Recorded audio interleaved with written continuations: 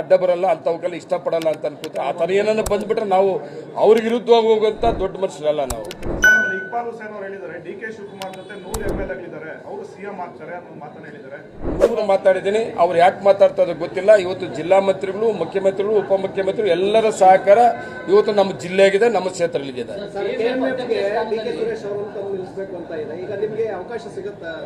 ನೋಡಿ, ನಾನು ಅದೇ ಹೇಳಿದೆ, ನನಗೆ ಮಾತು ಕೊಟ್ಟಿದ್ದಾರೆ. ಡಿ ಕೆ ಸುರೇಶ್ ಅಣ್ಣವರು ಕೂಡ ನನಗೆ ಮಾತು ಕೊಟ್ಟಿದ್ದಾರೆ ಒಂದು ಟೈಮಲ್ಲಿ.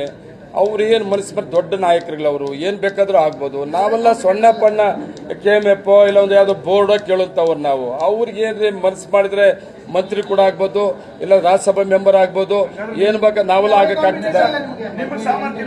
ಇಲ್ಲ, ಸರ್ಕಾರ ಕೊಟ್ರೆ ಆಗ್ತದೆ. ನಾನು ಹೇಳ್ತಾ ಇರೋದು, ನಾವೊಂದು ನಮ್ಮದೇ ಆದ ಒಂದು ಹಿಸ್ಟ್ರಿನ ಕ್ರಿಯೇಟ್ ಮಾಡ್ಕೊಂಡಿದ್ದೀವಿ ನಾವು. ಅವತ್ತು ಸುರೇಶ್ ಅವರು ಹಂಗಲ್ಲ, ಡಿ ಕೆ ಅವ್ರ ತಮ್ಮ ಅನ್ನೋದು ಹೆಸರಿದೆ, ಏನು ಬೇಕಾದರೂ ಆಗ್ಬೋದು. ನಮ್ಮಂಥವ್ರಿಗೇನು ಅದೇನು ಅಡ್ಡ ಬರಲ್ಲ, ಅಂಥವಕ್ಕೆಲ್ಲ ಇಷ್ಟಪಡಲ್ಲ ಅಂತ ಅನ್ಕೋತೀವಿ. ಆ ಥರ ಏನನ್ನ ಬಂದ್ಬಿಟ್ರೆ ನಾವು ಅವ್ರಿಗೆ ವಿರುದ್ಧವಾಗಿ ಹೋಗುವಂಥ ದೊಡ್ಡ ಮನುಷ್ಯರಲ್ಲ ನಾವು. ಇಕ್ಬಾಲ್ ಹುಸೇನ್ ಅವರು ಹೇಳಿದ್ದಾರೆ ಡಿ ಕೆ ಶಿವಕುಮಾರ್